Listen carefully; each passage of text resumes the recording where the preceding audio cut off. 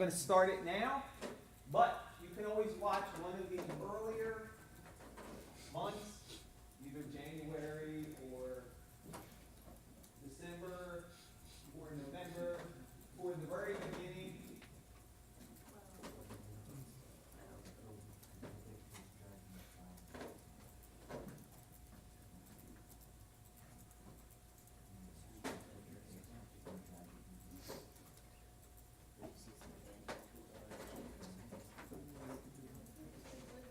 Okay, I can see many of you did not download the files, so that's going to eat into time.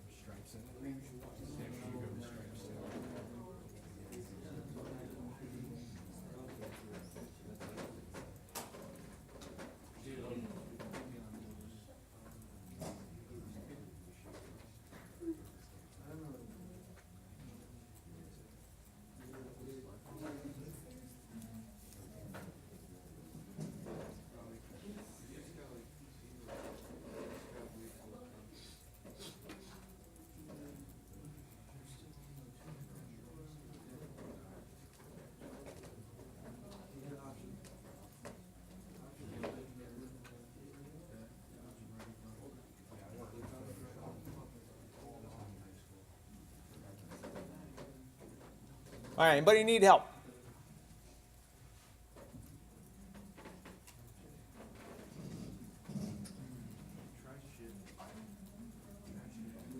Hey, remember, create a blank layer first.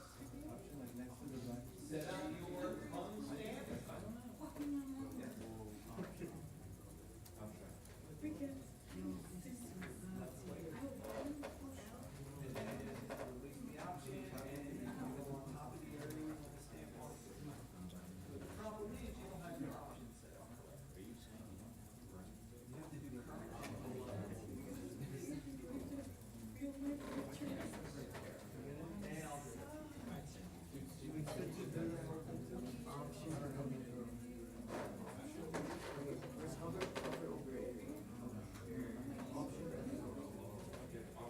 Don't forget to change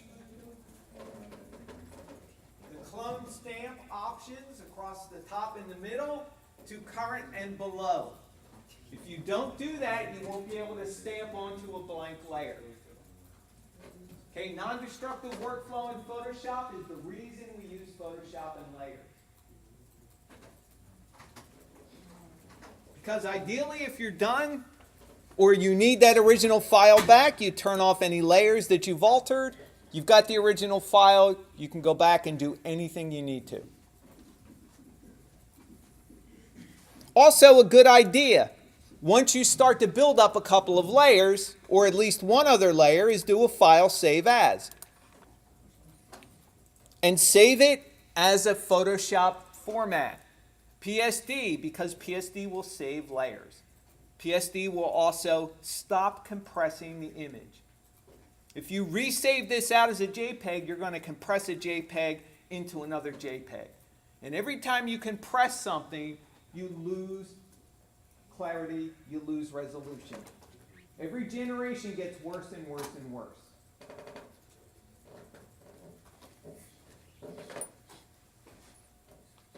So you always wind up saving. Once you have a PSD, you can add as many layers as you want. You can do anything you want.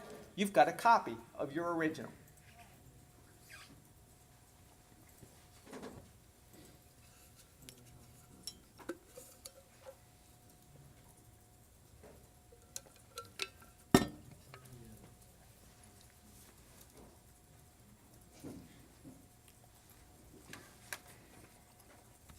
Right, so after you played around a little bit with this clone stamp,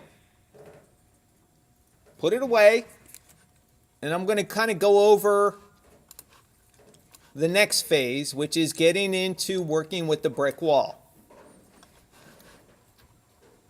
All right, so before I actually open up the brick wall and go through the workflow with you, which you can follow along in the PowerPoint, I want to show you exactly why we have to create tileable textures. Right, so in Maya, I'll create my brick wall or my surface for a brick wall that I'll need.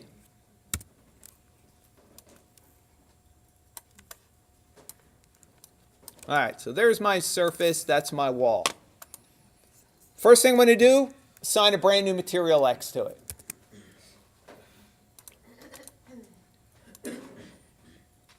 Right, by default, my material X has reflectivity on it. Most brick, would it have reflectivity on it? Probably not. If it does, it's going to be really low level. So I'm going to turn off my reflectivity. First thing I'm going to do is set my project so I can get my texture from the right location. Not create, set. There we go.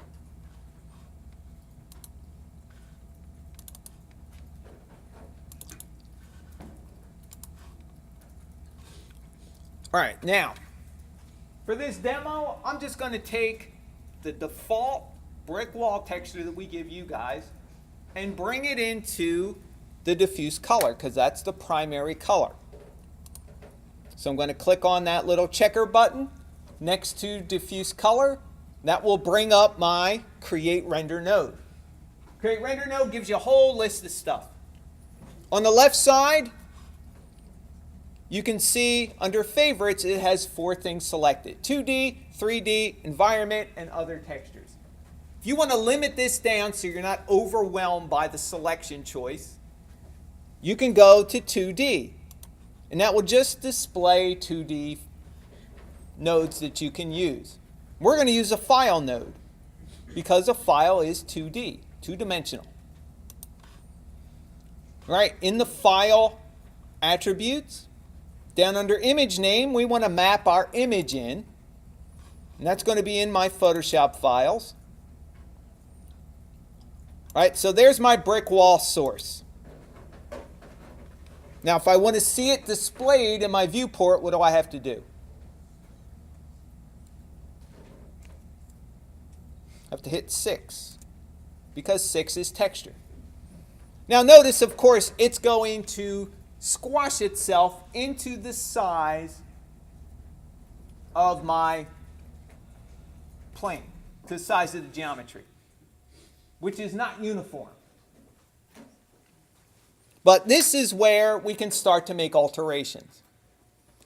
Now, when you go, if you guys watched the lecture yesterday, you'll know that when you have a 2D file node, you get the 2D file, and you also get something that allows you to place that image in two-dimensional space on your surface. That's called a place 2D texture.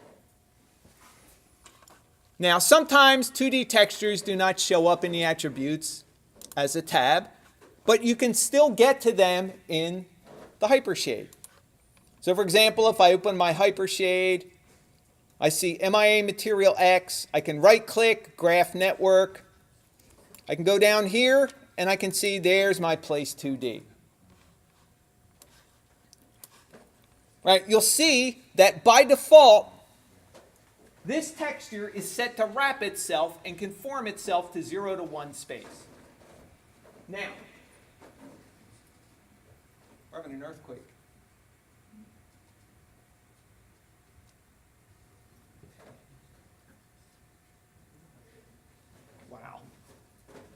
There's Ghost in the Machine. Okay. So the first column is U space, and the second column is V space. So the coverage says 1 to 1. 1 in U, 1 in V. That means it's taking up the whole 0 to 1 space. You guys are familiar with 0 to 1 from modeling. All right, frame, translate. You can translate it, slide it around the surface. That's not a big deal. You can rotate the frame, which means if you want to, you can make it do this. Woo, trippy. You can also have it wrap around. Now, wrapping around is what it does by default. That means it will wrap itself on any shape in U and V until it meets up with itself. The repeat part. This is the part that's interesting to us. Because if this is distorted or it's too large, we need to make it copy itself more across the surface so it gets smaller. So for example, if I want to make this brick smaller, I'm going to type in 2 under U and 2 under V. So notice my texture got smaller. Notice I can also do it unevenly.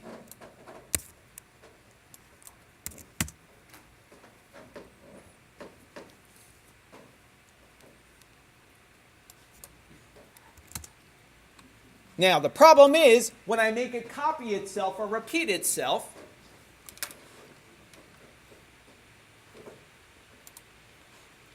let me turn off my grid. When I copy or repeat it, I start to see where the top part lines up with the bottom part. Right here in the middle. I can see my watermark. I can see where the two sides butt up against each other. Right, so whenever you go to copy something, you're taking your image and you're duplicating it. What's going to happen is the top part then aligns with the bottom part, the left side aligns with the right side, and it tiles itself all around your surface. And this is why we need to make this repeatable. Because when we repeat it in Maya, we automatically get this. Does that make sense? Okay. So this is why it's real important. Now, this same process, Photoshop gives us a tool to be able to see this in Photoshop. It's called the offset tool. The offset tool allows us to see what the top is going to look like when it lines up with the bottom, what the left looks like when it lines up with the right. That way we can go in, we can remove those seams by using the clone stamp tool for the most part. Make it look good so when it repeats itself, it's going to be not as noticeable. All right, so let me go back to the workflow here. So this basictextures.com is a website you can go to where you can download free textures for non-commercial use. Free is good. You want websites like this as a student. Now, if you're getting paid for something, you have to look at their license to see what the agreement is or how much royalty they want to be able to use it commercially. Remember, this is something you always want to factor into your price for a client because they're the ones that should be footing the bill for supplies. Right? You have to factor your price into that. Not only how many hours you're going to work, how many people you have to hire, software that you're going to be using, but anything like clip art, they don't call it clip art anymore, but commercial websites where you can download images, you can download video clips, all that stuff you can buy and use commercially. All right, so basictextures.com, it's a good source. Remember, anything that's free, some of the stuff is good, some of the stuff is, it's all right. I mean, you get what you pay for it. But at least it's something to use in practice. This happened to be one of their better examples. All right, so first thing we do in Photoshop is, in order to make this repeatable, we do not need all of the bricks.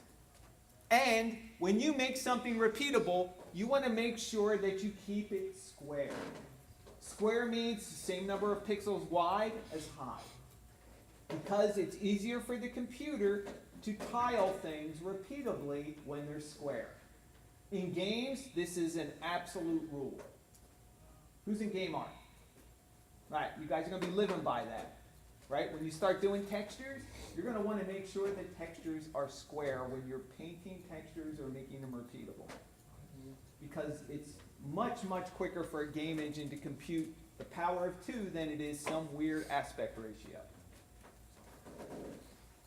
So what we do is we wind up cropping an image using the crop tool. And the crop tool, we can keep it square. It's basically a 1-to-1 aspect ratio. 1-to-1 square. That means whatever it is wide, it will maintain the same aspect ratio high. All right, philosophy behind where to crop. I start off with the brick for you guys because it's easy to get an understanding of how to do it. Why? Because bricks are usually right angles and straight lines, for the most part, if it's a well-done brick pattern. If it's done well on a wall. All right, so straight lines, right angles. That usually works the best for the first attempt to make something repeatable. The wood floor, it's kind of like that, but it's got that organic wood grain in it. And show you guys a technique for minimizing that. Then the third one, the ottoman, that one contains, kind of cells and wavy lines. It's much more organic. But it still can be done.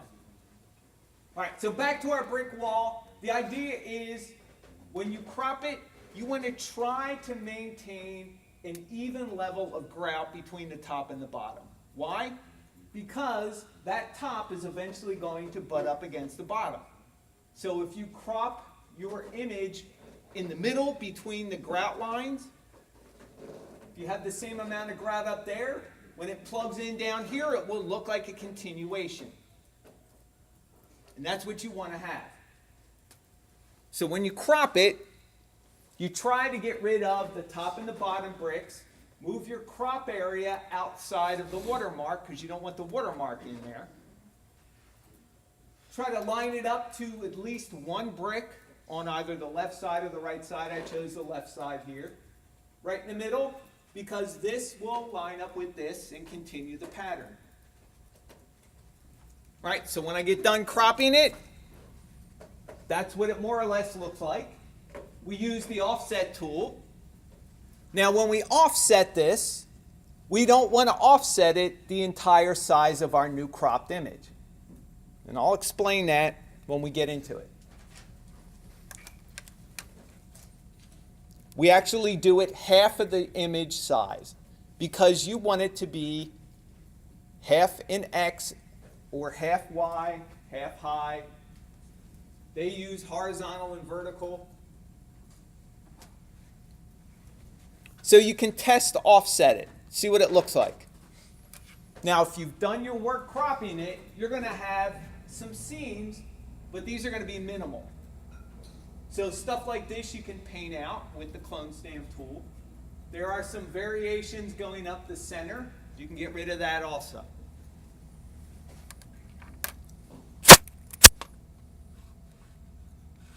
All right, so one picture is worth 1,000 words.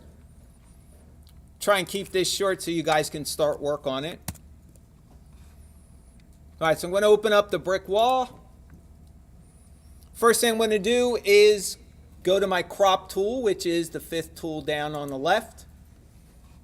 The options for the crop tool, make sure you've got deleted cropped pixels checked on. You also want to make sure that it's set for 1-to-1 square. 1-to-1 square simply means that when I resize this, it will maintain height and width constraints. So normally what I try to do is I'll try and bring my top to about halfway into the grout. Drag my bottom up. But you'll notice I still have part. I might have part, doesn't look like I have it here, but I might have part of my watermark in there. So what I can do is just kind of move this over a little. And you can always zoom in even while you are adjusting your crop. Now, if you're zoomed in Photoshop, a quick way to move your image around is to hold the space bar down. That gives you a hand tool, and it lets you physically drag and move the image. So when I hit space bar here, I've got a hand. Now I can just move this around wherever I want it.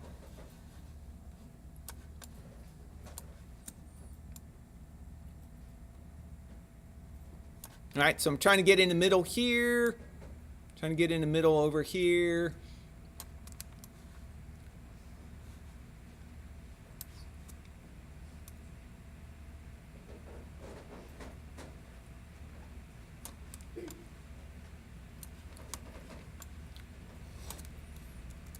All right, so that is what I'm going to try to use as a crop to see if it works. Now, like any tool in Photoshop, once you are happy with it, you want to commit to whatever you've done with the tool. You can hit either enter or click this little checkbox at the top. That will commit and finish the operation for the tool. All right, so the next part's pretty simple. This part is finding out how big my newly cropped image is. So down in the image window, on the bottom left, there's a little area that says dock, and it will tell you in megabytes what the size of your image is. If you left click and hold, it'll give you the size of your image in inches and pixels. Right, so my image is 789. That's how big it is. But I don't want to offset it 789 pixels, because if I do, it'll wind up back in its original location. What I want to offset it is half of 789, because I want it to go over half and down half. Now, here's the thing. If you're not a whiz at math, and I'm not a whiz at math, all you have to do is go into your calculator. I'm going to clear it. I had 789. I can divide that by 2, which comes out to be 394 and a half. Forget the half pixel, throw that away. Just go by 394. Now, depends, if you've got an odd number, go with the odd number, as long as it's square in both directions. But if you've got half pixels like I do, go with either the lowest or the highest. Doesn't matter. So either 394 or 395 will work for this. So I'm going to go with 394. All right, what does that mean? I'm going to go up to my filter menu, which is where most of Photoshop's filters are located. I'm going to go down to Other and over to Offset. In Photoshop, anytime you've got 3 dots next to a menu item, that means you'll get a dialog box that will pop up and say, hey, I can do something for you. If there is no ellipse, no 3 dots, it will perform the operation and you're done. All right, so Offset will bring up this window.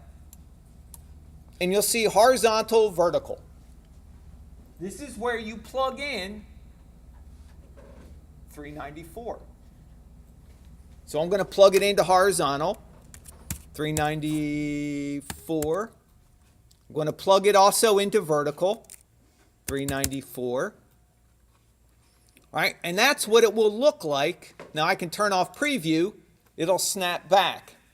So that's what it looks like originally. This is what it looks like when I offset it.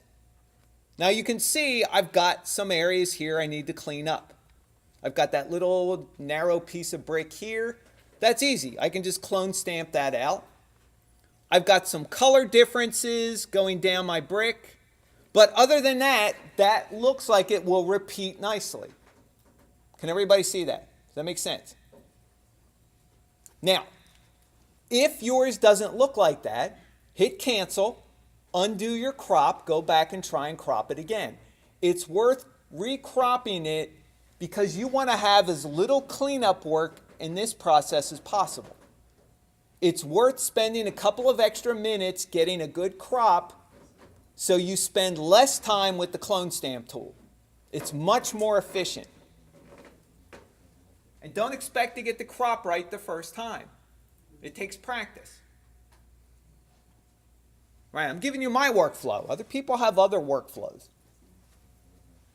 All right, so if I'm happy with this, I can go, yeah, I can work with that. There's not really a whole lot of cleanup I need to do there. I got a little bit of grout I need to clean up. Some color differences in the tile. I have to get rid of these two minor sections. And when you're doing these minor sections, things to keep out in mind, if you're going to clone stamp this side out, you have to do the same thing at the top, because that is going to become a whole brick when it starts to repeat. Or if you clone stamp this out, do the same thing at the top. All right, so I'm going to say sure. At this point, I want to save as. Save as a PSD file, because now you've altered the original file. So Photoshop, brick wall source, you can name it whatever you want. Right, so now it's a PSD. Now I can do whatever I want with it. Now, if I want to go in and clone stamp this, create a blank layer first. Why a blank layer? So if you mess something up, you can just undo that layer, delete that layer, or erase on that layer. Now what I'm going to do is get my clone stamp tool, make sure my settings are there. I'm going to zoom in, and I might even zoom in a little more. I'm going to clone stamp here. I'm going to try and finish this area. Maybe I'll clone stamp from here.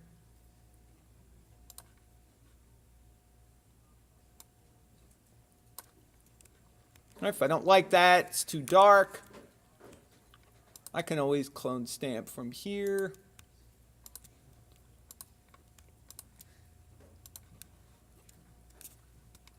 You can do the same thing at the bottom.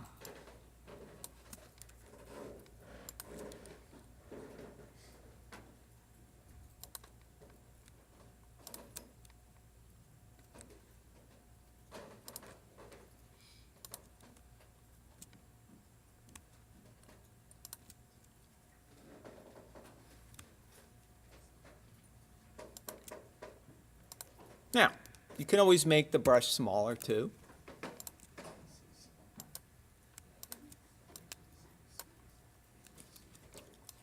And just go through and start to get rid of some of these areas that you can see noticeable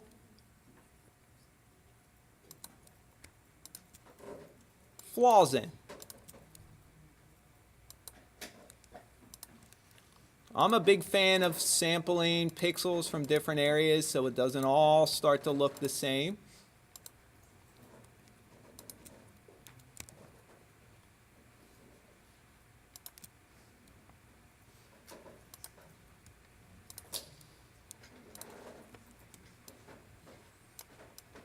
If you're going to do grout, you probably want to go into an area that is got grout in it, maybe make your brush size even smaller. Right, but all my changes are on a separate layer. Does that make sense? So that workflow will get you pretty much most of the way. All right, any questions about that?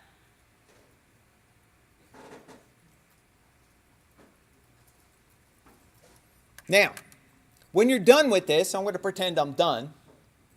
When you're done with it, we're going to do something that texture artists like to do, and that is basically create a little more contrast or sharpen up the image that we worked on. Because a lot of times you get stuff off the internet, it looks a little soft, it looks a little blurry, it's compressed. We like to sharpen it up a little. Texture artists like to use a tool called high pass filter. Now, anytime you try to use a filter in Photoshop, Photoshop filters can only be applied to one layer at a time. And you can see we've got two layers here so far. I've got a background layer and layer 1, which I'm going to call my clone stamp layer. Nice thing about Photoshop, you can have spaces, you can have weird characters in your name, it doesn't care. Now, what I want to do is, I want to take the two layers that I have, select them both, and I want to duplicate them. Because I want to make one single layer out of those two that I can apply my sharpness to, or my high pass filter. And again, we're doing everything in layers, so if I don't like my high pass filter, I can turn it off, and I've got unaltered pixels. All right, so you select them both, right click, and duplicate your layers.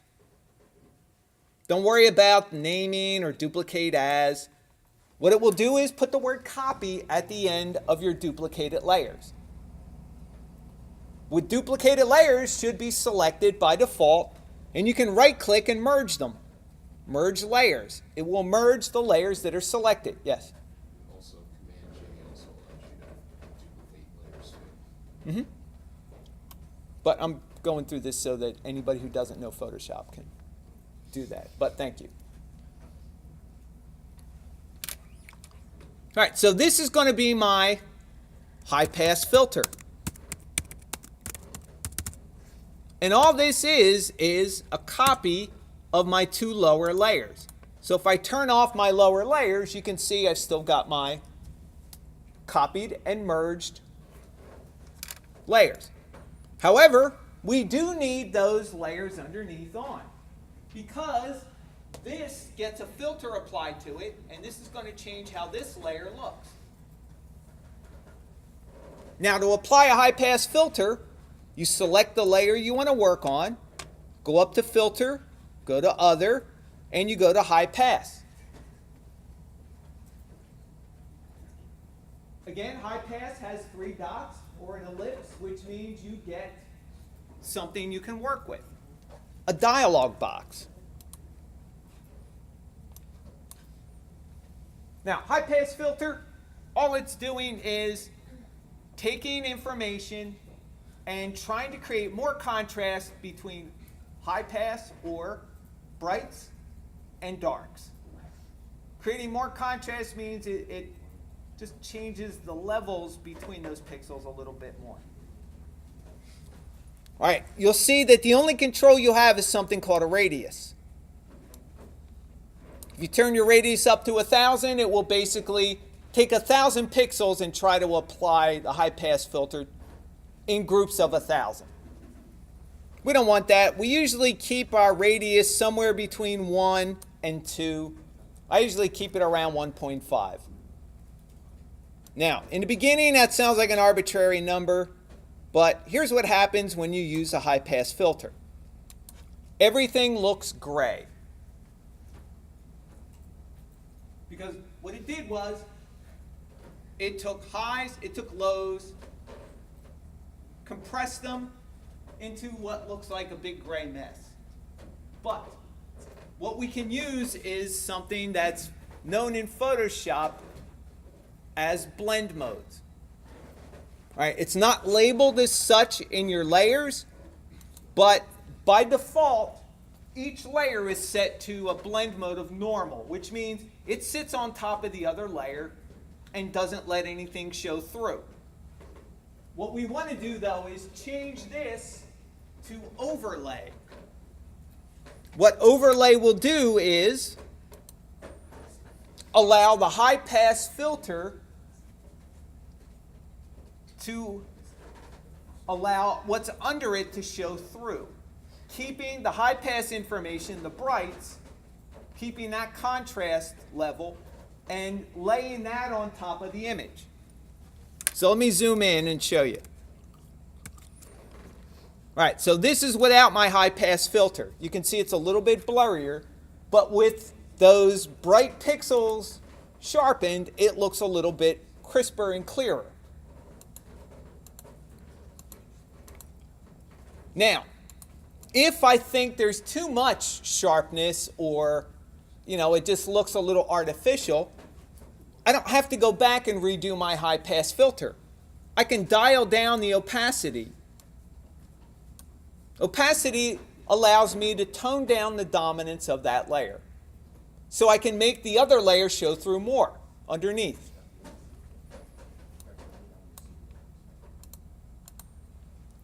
Right, so if I think it's too much, I can dial my opacity down.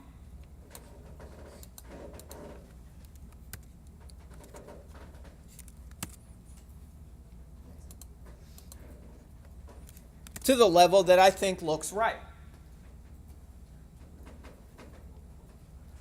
Now, at this point, save your PSD. This would be your diffuse file, because you've made it repeatable. You've sharpened it up a little bit. It's set to go into Maya as your diffuse file. That would be your diffuse map. So save Photoshop, save as. What kind of file format do we want to take it into Maya as? Targa. So under format, drop down to Targa. I always like to give it the name of diffuse. So if I have to hand this off to somebody, they know where to plug it in. Also, if I come back 2 days later and I go, what the hell was that file called? They all have the same name. All right, this way it says diffuse. I go, oh yeah, okay, I guess I plug that into my diffuse of my material. Targa options. You got two main choices. You got 24 or 32. 16-bit you don't want to do. That'll make everything grayscale. So 24 is fine. We do not need an alpha channel for this. We'll get into alpha channels in next lecture. Right, so now I've got a diffuse file set to go.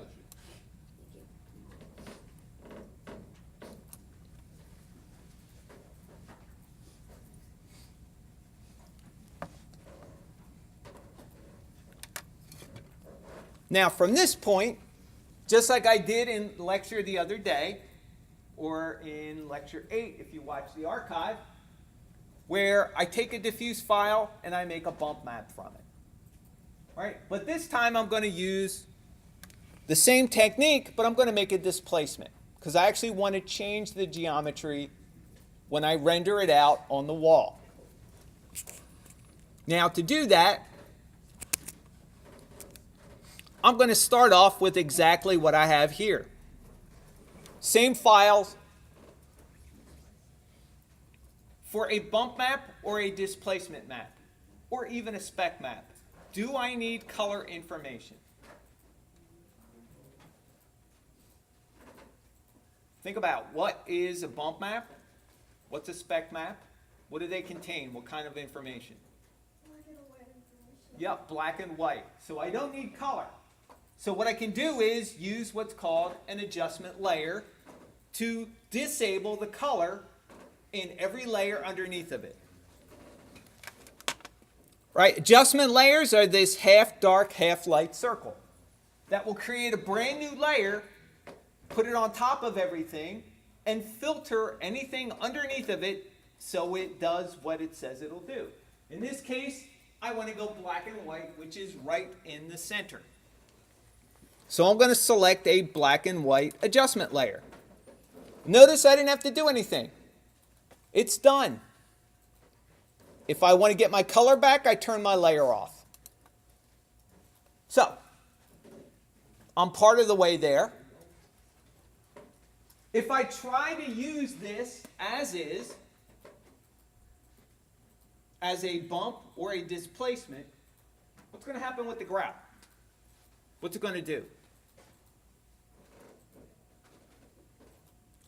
We want the grout in reality to do what in relationship to the brick? What's that?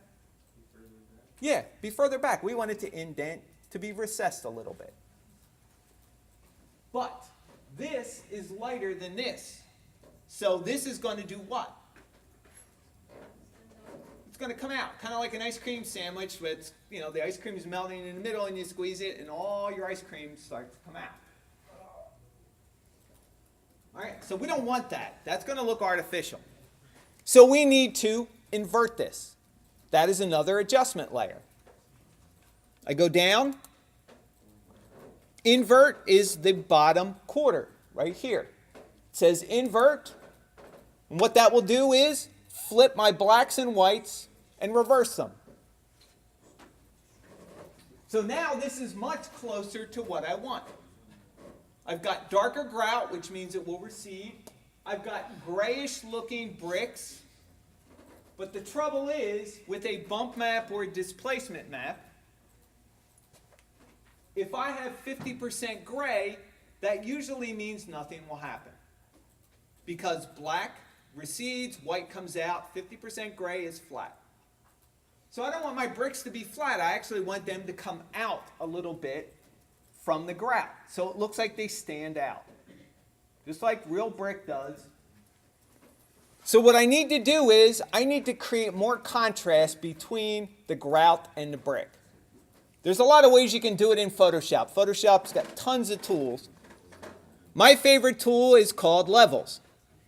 In fact, all your adjustments for contrast, brightness, exposure, levels, curves, they're all here in this second part, the second divider from the top.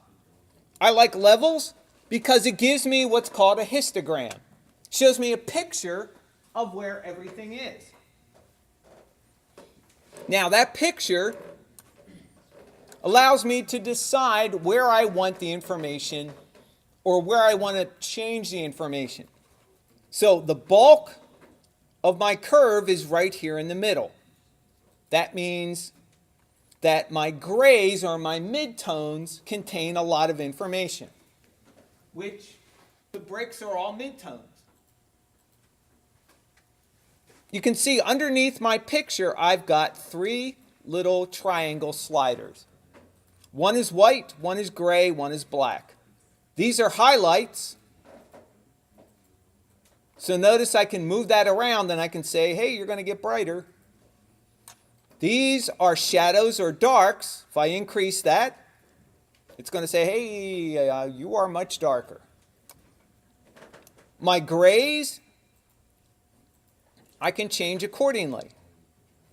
So what I want to do is, I'm going to change my highs right to where they start to slope in the curve. What I'm going to do is get more contrast between the darks and the lights. I'm going to take my blacks, bring them up a little bit. Notice it deepens my grout more. But what I want to do is make my bricks a little brighter. So I'm going to start to move my midtone slider to the left a little.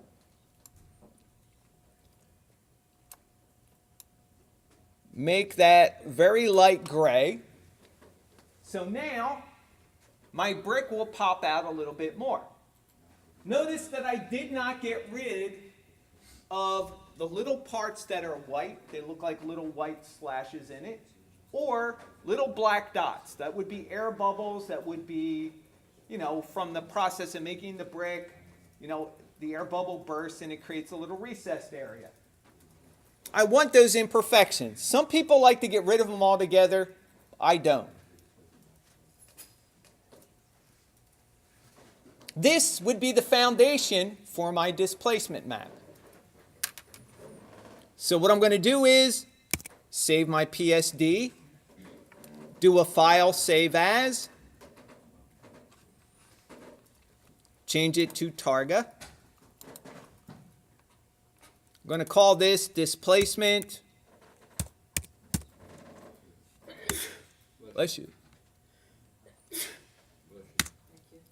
24-bit. Now, the beauty of a Photoshop file is, if I need to get back to any part, if I will have to go back and remake my diffuse for whatever reason, I can just come in here and turn these layers off. Now I'm right back where I was. Turn my high pass filter on.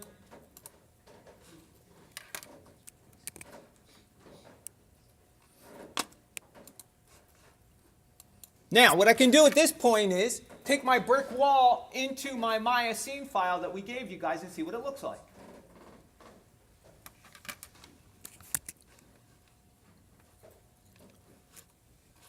So yeah, I'm going to follow my own advice and quit out of Photoshop.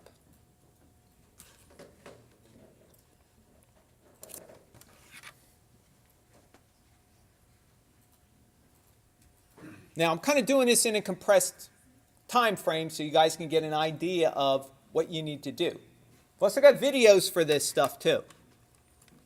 All right, see if my scene, yep, it still is. All right, so you can open up this Lecture 9 Interior Architecture 2016.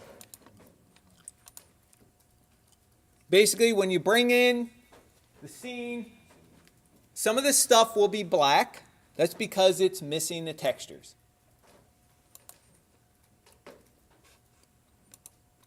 Now, if you select the wall, you'll notice I've already got a stone material assigned to it already. And you'll see under diffuse, next to color, I've already got somebody who unmuted themselves. Oh yeah.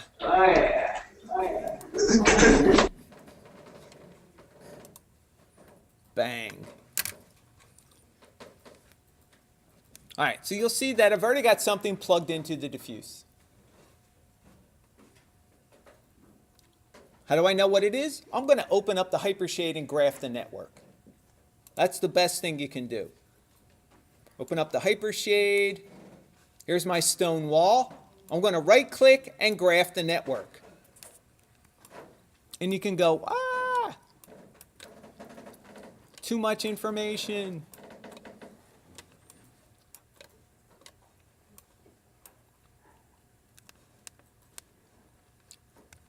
Right, when you first graph this, you'll see there's a layer texture, there's a whole bunch of stuff. Your brick wall texture will go into File 2. You can see in there, if you go into it, it'll have the name of it right there.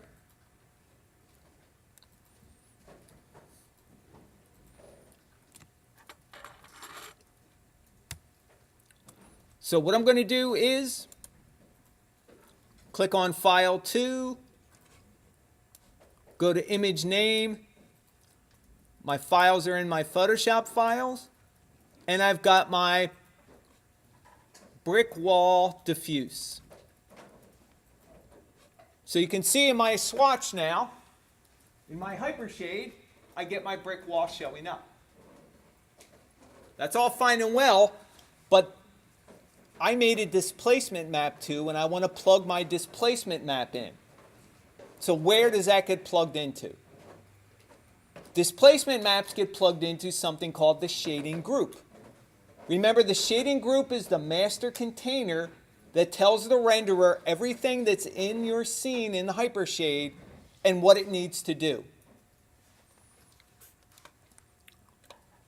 My shading group for my stone wall is right here. It's called MIA Material X3SG shading group.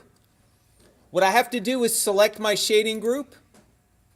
In the node editor, I want to click the Input-Output Connections button. Those are the two arrows. One's going in, one's coming out of it. Click that, and it will give you the displacement that's plugged into the shading group. And what's plugged into the displacement here is file 16. That's your actual displacement file. So what do you think goes into 16? Here, your displacement map that we made in Photoshop.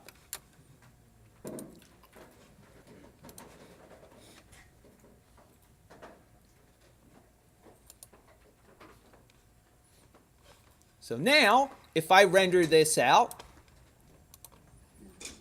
I should be able to see my displacement show up on the wall.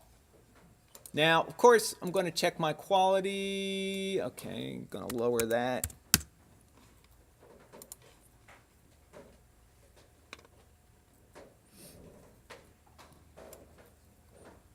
Here's the render cam. I'm just going to render out the wall to save time.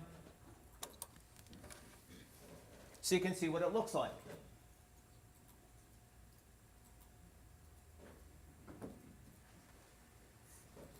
If you've done your job and you've plugged both files into the right spot, you should be able to see some displacement. That's going to look different than a bump map because it actually is raising it out of the surface. Now, the thing that's controlling this displacement is that thing in the hypershade called a displacement shader that gets plugged into the shading group.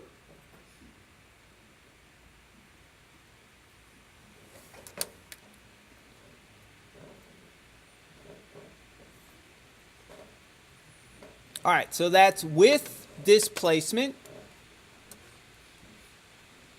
What I'm going to do is unplug my displacement here.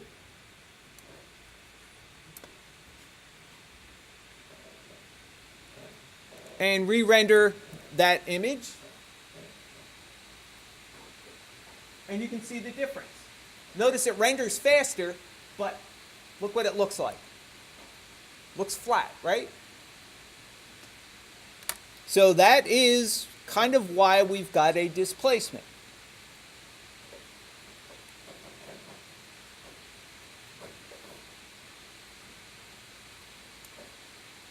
So there's your difference. You can see the displacement comes out of the wall and it creates shadow, right? It physically changes the geometry at render time. I'm going to keep that. What happens if I plug this in and use it as a bump map? Well, bump maps get plugged into the bump down here. I'm going to plug it into overall bump. So what I'm going to do is I can do this actually in the render node. I'm going to take my out alpha here, and you can see my out alpha is going into displacement. I'm going to plug that into overall bump. So I have to expand that. Actually, I'm just going to middle mouse drag this and drop it right here.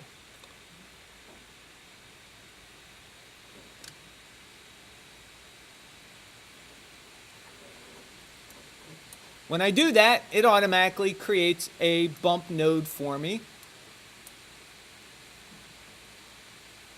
So let me re-render that out. So we'll have three different versions. We'll have one with a displacement, one without, completely flat, and one with a bump map.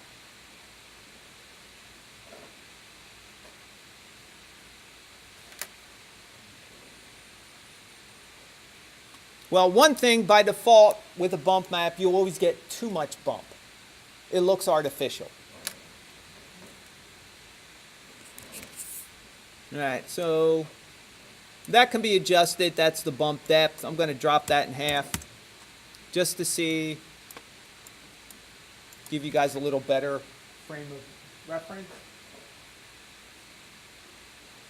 So bump maps don't take as long to render, but for something like brick, they don't necessarily work that well because you want to be able to see the physical geometry come off of the surface. Bump maps are an illusion that there's surface relief. That works really well for small areas and for fine detail. But for large areas that you really need to be able to see it, okay, there's nothing, no bump, no displacement. There's a bump map, there's a displacement map.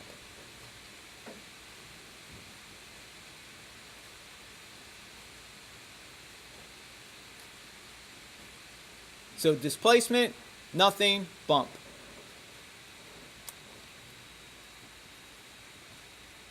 Now, we don't use displacement maps for small stuff. That's completely overkill, usually creates a lot more issues than it's worth. Bump maps are very good, but for detail. So for example, what I might do is use a displacement map to get my bricks to come out. Then use a bump map for some detail if I need a close-up of the bricks to see all the little pitting and pop marks and imperfections in it. But this far back from the camera, I really can't see that much detail. So it's not really necessary. Does that make sense? You guys see the difference between a bump and a displacement?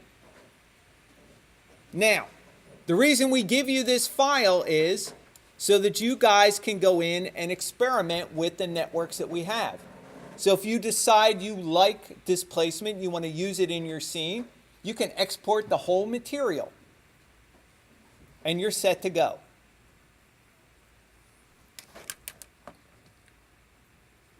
Right, any questions so far? Anything you guys need? Any clarification? All right, one thing I do want to go over with you guys is the workflow for doing the ottoman, since that's probably the most difficult one to do. So I've got workflow in here for the wood. And here's the alligator. So this is going to start life pretty much the same way the brick wall did. You've got a big, large image. We need to make it repeatable. If I repeat this, this is not necessarily going to work out for me. So what I'm going to do is bring it into Photoshop, crop it, keep it square. What we try to do is maintain the largest size texture that we have before we make it repeatable. I usually try to keep 5, maybe 6 columns. Because the larger my image that I make repeatable, the less chance is that somebody's going to notice it actually repeating. So you've got more information to work with. Keep it square. You crop it, then you have to offset it to see if it's going to work. Guarantee it's not going to work. Not with a texture like this. So what you're going to wind up with is seams pretty much vertical, horizontal. Because these organic wavy creases, they're not going to line up with each other like a straight line brick wall is. Straight lines, right angles, brick wall's great. This, very organic. So you're going to wind up with seams vertically and horizontally. So first thing you're going to have to do, and I show you a cheat on how to do this in the videos, and I'll show you right now, is I use something called the warp tool, which allows me to select the bottom half of my image and warp the pixels over so they line up better with these vertical creases. So that is a little less work trying to clone stamp something out.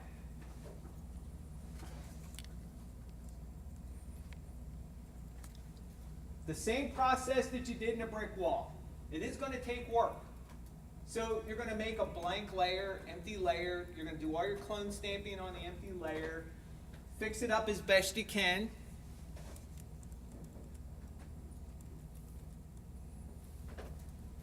Just like we did with the brick wall, select all your layers, duplicate them, merge them together so you can do a high pass filter. Because you want to sharpen it up a little.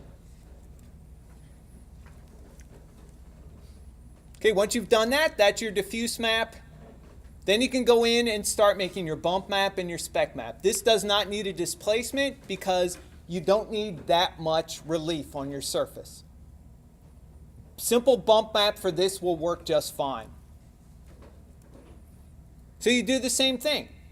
Make it black and white. You don't need color information. Invert it because you want the creases to be darker. You want them to recede. And throw some levels on there. So you get more contrast between the creases and the cells. Right? When you're done that's your bump map. Then you go in and you do a spec map. Spec maps are very similar to a bump map, except not as much contrast. You want areas in here to be light gray, but not necessarily white, so they come out. You want them to be light gray, so they show a little bit of reflectivity. these little creased highlights here are going to be brighter. You want them to be whiter or brighter, but not to be completely blown out. So you want recessed areas to be not very reflective. You want the cells themselves to be moderately reflective. And you want these little highlights to be more reflective, so they catch more light. And that's all we're doing. We're just trying to define and control reflectivity across the entire surface. All right, that'll be your bump map. Frank's probably going to go over this in lab today too, but these are some really good resources for you guys. In fact, last month, Frank, what was it, like 21 cents or a penny? Yeah, 1 penny for the dark side of game texturing. It's a physical book, you know, thing you carry with you. So it costs more to ship the book than it does to buy it. All right, so let me give you a quick rundown on that alligator skin, and then you guys can go do a little bit of work before we break for lunch.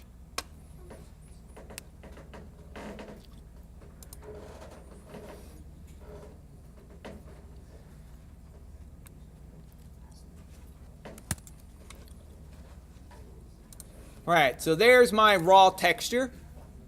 First thing I want to do is crop it. Remember, you want to keep it square.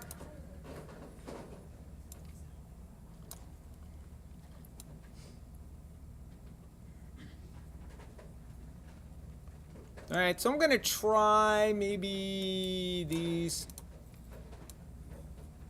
I'm going to try 5 columns, see what that looks like. And notice, again, you're not going to get an area that's going to be happy at all.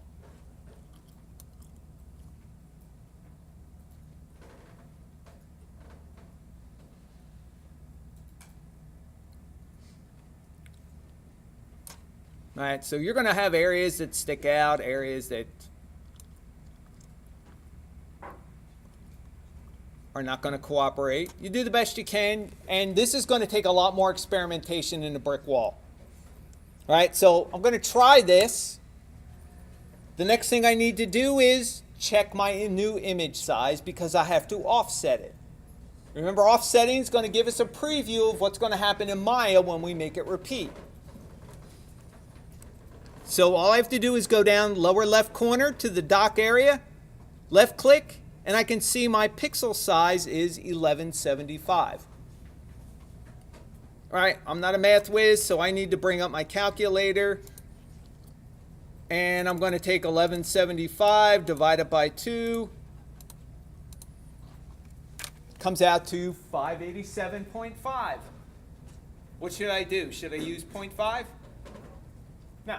We can round it up or round it down. Doesn't matter. So, 87. So what I want to do is go filter, other, offset. So 587 by 587. All right, so it's not completely horrible in the middle. Yeah, I'm going to have to clone stamp some of this out, which is okay. Probably move some of this, get rid of this, pull this over, can play with that later. But it's the vertical lines that I want to try to line up.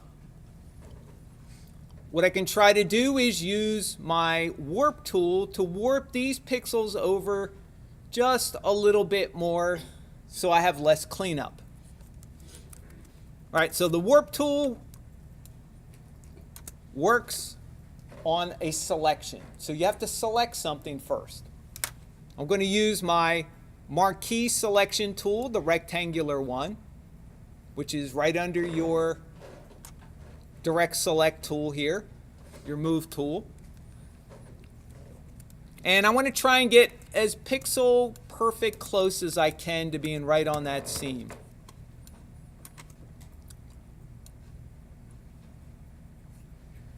All right, so it looks like I got it here. Just drag over to the right, drag down, So it selects the whole bottom half.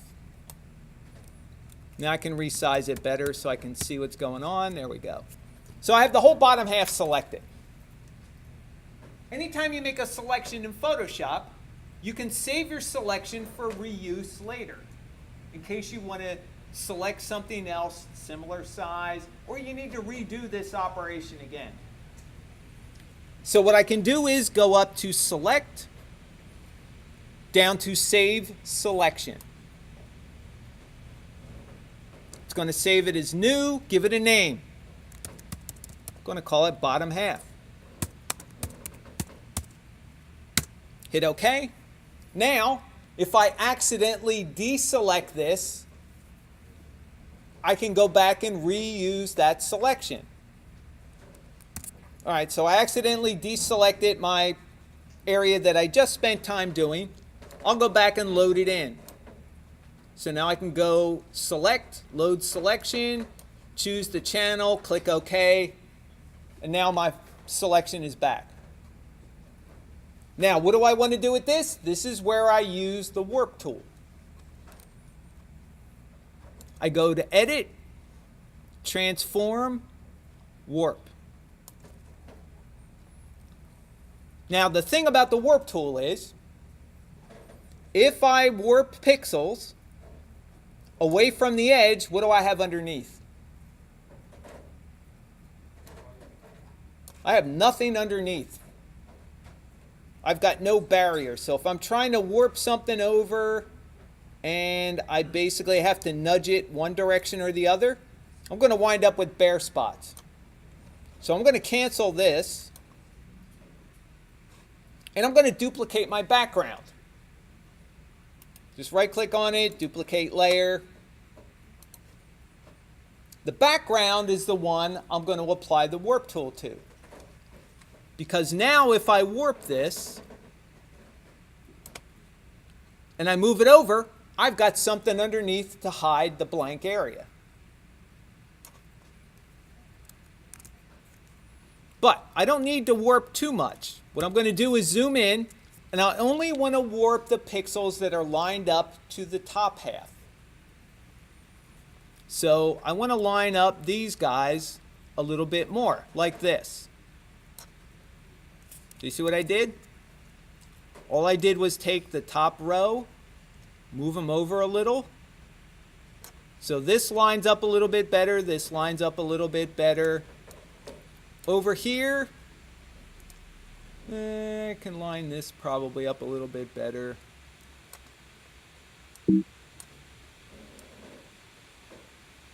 Maybe I could line this up a little bit more.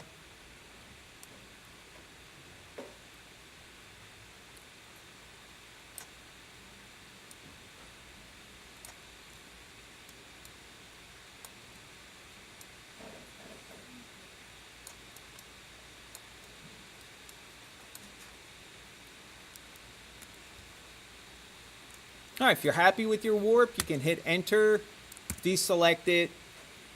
Right, so now I can turn that layer off and on and I can see the difference. So a little less cleanup there now. So now all I have to do is go through with the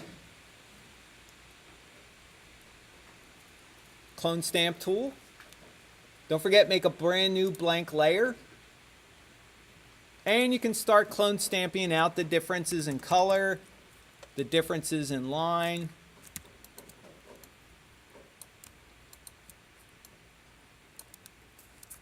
So beware of where you clone stamp from.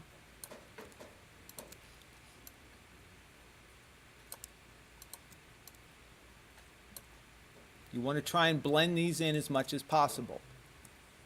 So when you get done doing the vertical lines, then you can go through, start clone stamping out any horizontal seams you see. So a little more work than the wood, a little more work than the brick, but this will at least get you part of the way into some basic seamless texturing. Not every single texture will work to make repeatable. You have to choose them. If you're not sure, try it, see if it works. If it doesn't, okay. Maybe it's the technique, maybe it's the fact that texture can't be used. So if you're having trouble with something or you want to try a texture on your own, great. Try it out. If you're having trouble, see us and we'll be able to see if we can help you out. But if you do these textures, you will be able to use them in your scene, whether you're doing the interior or the exterior. All right, so get started. Start working on the brick if you haven't done so already. Take about 5 minutes, then we'll go to lunch.